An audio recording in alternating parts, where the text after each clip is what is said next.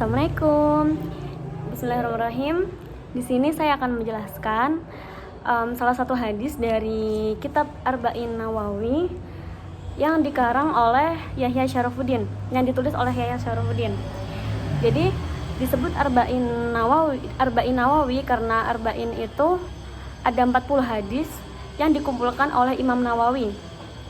Walaupun lebih tepatnya ada 42 ya. Sedangkan Nawawinya sendiri adalah nama daerah asal dari Yahya Syarafuddin tadi. Kemudian kita masuk ke hadis ke-8 yang berbunyi Bismillahirrahmanirrahim. Ani Ibni Umar radhiyallahu anha. Yang artinya dari Ibnu Umar radhiyallahu anha. Jadi di sini orang sana tuh punya kebiasaan tuh. Kalau seumpama dia punya anak namanya Diaul Haq, sedangkan bapaknya namanya seumpama Zainal gitu.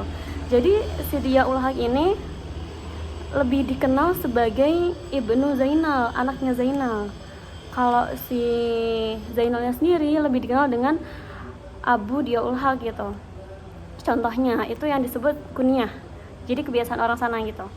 Kemudian anna Rasulullah sallallahu alaihi wasallam qala, yang artinya Rasulullah sallallahu alaihi wasallam bersabda, umirtu an uqatilan nasa hatta yashhadu alla ilaha illallah wa anna muhammadar rasulullah wa yuqimus sholata wa yu'tuz zakata.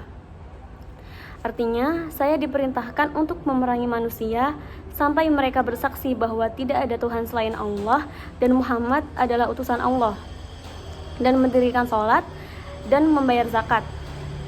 Fa'idha fa'alu dzalika asamu minni dima'ahum wa amwalahum illa bihaqqil islami wa hisabuhum 'alallahi ta'ala. Jika mereka melakukan hal itu, maka darah dan harta maksum bagi saya. Yang dimaksud maksum adalah yang terjaga dari saya kecuali dengan hak Islam. Nah, kalau kita baca cuma sekilas ya di sini kita kayak seakan diperintahkan untuk membunuh orang-orang non-muslim, menjelaskan bahwasanya di sini seolah-olah memerintahkan untuk berbuat ekstrim atau radikal. Kalau kita membacanya cuma sekilas tanpa ada ilmu, tanpa disaring dulu. Kayak kemarin saya menjelaskan tentang kayak tadi video tadi yang saya jelaskan tentang usul fikih. Jadi di mana si hadis di sini itu sebagai dasarnya, bahan mentah yang diolah oleh usul fikih, kemudian bahan tersebut baru keluar hukumnya berupa fikih. Nah, seperti yang kita jelaskan kemarin kan, udah tadi pabrik. Kemudian di sini usul hadis ini itu termasuk sifatnya muamalah ya, muamalah. Jadi muamalah itu adalah ilahnya.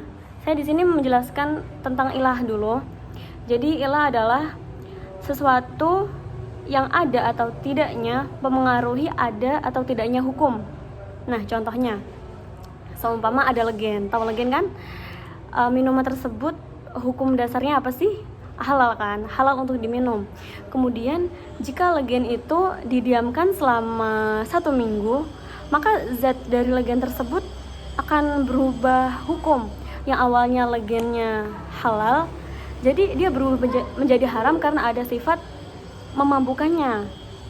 Kemudian udah didiamin seminggu, didiemin lagi 2 tahun sampai 3 tahun. Nah, di situ sifat dari arak tadi yang memabukkan itu berubah kembali menjadi cuka. Cuka kan halal ya. Jadi dia berubah dari haram ke halal lagi. Kemudian sesuatu yang sifatnya muamalah itu ada ilahnya. Kalau ilahnya ada, maka hukumnya ada. Kalau ilahnya tidak ada, maka hukumnya juga tidak ada. Seperti cuka yang tadi, dia ilahnya sifat pemabukannya itu. Kalau nggak ada sifat pemabukan, maka ilahnya juga nggak ada gitu. Sama seperti hadis ini masuk dalam kategori muamalah. Tadi saya udah bilang, dalam artian hadis ini memiliki ilah. Jika ilahnya ada, maka hadis ini berlaku. Jika ilahnya tidak ada, maka hadis ini tidak berlaku. Ilah hadis ini adalah ketidakamanan orang Islam yang hidup di antara orang-orang kafir. Jadi sekarang tuh dulu emang ya umat Islam tuh terancam banget, soalnya dia diperangin tuh sama orang kafir buat dipaksa buat ke agama mereka. Nah, di situ hukum dari hadis ini dipakai. Jadi buat sekarang karena dunia keadaan udah damai-damai aja, ilatnya udah nggak ada, maka hadis ini tidak berlaku.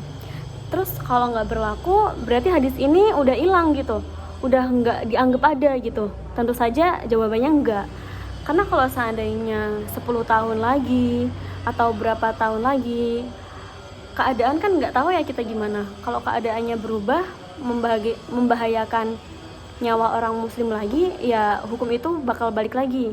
Maka hadis ini kembali berlaku. Syukron penjelasan dari saya. Kurang lebihnya mohon maaf. Wassalamualaikum warahmatullahi wabarakatuh. Dadah.